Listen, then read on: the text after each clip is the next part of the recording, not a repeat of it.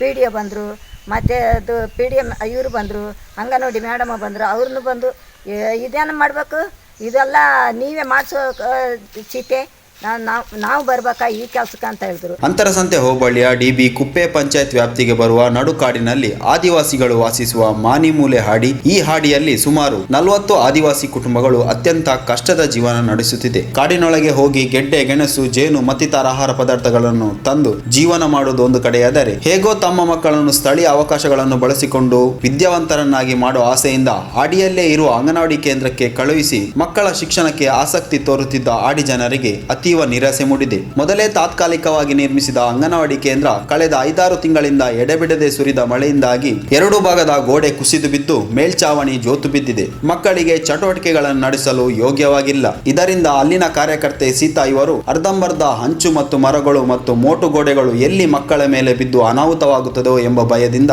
ಆಹಾರ ಪದಾರ್ಥಗಳನ್ನು ಮಕ್ಕಳಿಗೆ ಮನೆಗೆ ಕಳಿಸುವ ಮೂಲಕ ತಮ್ಮ ಜವಾಬ್ದಾರಿಗಳಿಂದ ಕಳಚಿಕೊಳ್ಳುತ್ತಿದ್ದಾರೆ.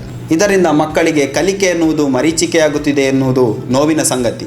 ಚಿಕ್ಕ ಮಕ್ಕಳು ತನ್ನ ತಂದೆ ತಾಯಿ ಜೊತೆಗೆ ಬೆಳಿಗ್ಗೆಯಿಂದ ಸಂಜೆ ತನಕ ಕಾಡಿನಲ್ಲಿ ಸುತ್ತಾಡಿ ಹಾಡಿ ನಲಿದು ಕುಣಿದು ಕುಪ್ಪಳಿಸಬೇಕಾದ ಮಕ್ಕಳು ಶಿಕ್ಷಣದಿಂದ ವಂಚಿತರಾಗಿರುವುದು ದುರಂತವೇ ಸರಿ.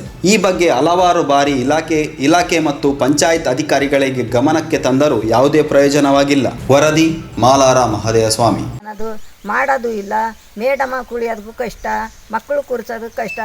ಆನೆ ಹೊಡೆದು ನೋಡಿದ್ರೆ ಅದು ತೀರಾ ಬೀಚಕ್ಕೆ ಮಾಡ್ಕದೆ. ಇದನ್ನೇನು ಸರ್ಕಾರ ಡಿಪಾರ್ಟ್ಮೆಂಟ್ ಬಂದ್ರೂ ತಿರುಗಿ ನೋಡಲ್ಲ. ಅದಕ್ಕೆ ಇದು ಇನ್ನು ನಮ್ಮ ಜನ ಗಿರಿಜನ ಇಲ್ಲಿ ಅವರೇ ಅಂತ ತಿಳ್ಕೊಬಿಟ್ಟವ್ರಿಗೆ, ಅಲ್ಲ ಕಾಡು ಕೋತಿಗಳು ಇರೋದಂತ ತಿಳ್ಕೊಬಿಟ್ಟವ್ರಿಲ್ಲ. ಅದೇ ಮನಸ್ಸಲ್ಲಿ ಮಾಡ್ಕೊಂಡು ಈ ಥರ ಮಾಡೋರೆಲ್ಲ. ಪಿ ಡಿ ಒ ಬಂದರು, ಮತ್ತು ಅದು ಪಿ ಡಿ ಎಮ್ ಇವರು ಬಂದರು, ಅಂಗನವಾಡಿ ಮೇಡಮ ಬಂದರು. ಅವ್ರನ್ನೂ ಬಂದು ಇದೇನು ಮಾಡಬೇಕು, ಇದೆಲ್ಲ ನೀವೇ ಮಾಡಿಸೋ ಚೀತೆ, ನಾವು ಬರ್ಬೇಕಾ ಈ ಕೆಲಸಕ್ಕೆ ಅಂತ ಹೇಳಿದ್ರು. ನೀವು ಮಾಡಿದೆ ಇನ್ಯಾಕೆ ಅಂಗನವಾಡಿ ಅಂತ ಇಲ್ಲಿ ಇಟ್ಟಿದ್ದೀರಾ ಅಂತ ಹೇಳಿದಕ್ಕೆ ಏನೋ ಮಾಡೋ ಅಂದ್ಬಿಟ್ಟು ಹೋದವರು ಈಚೆ ತಿರುಗಿ ನೋಡಲ್ಲ.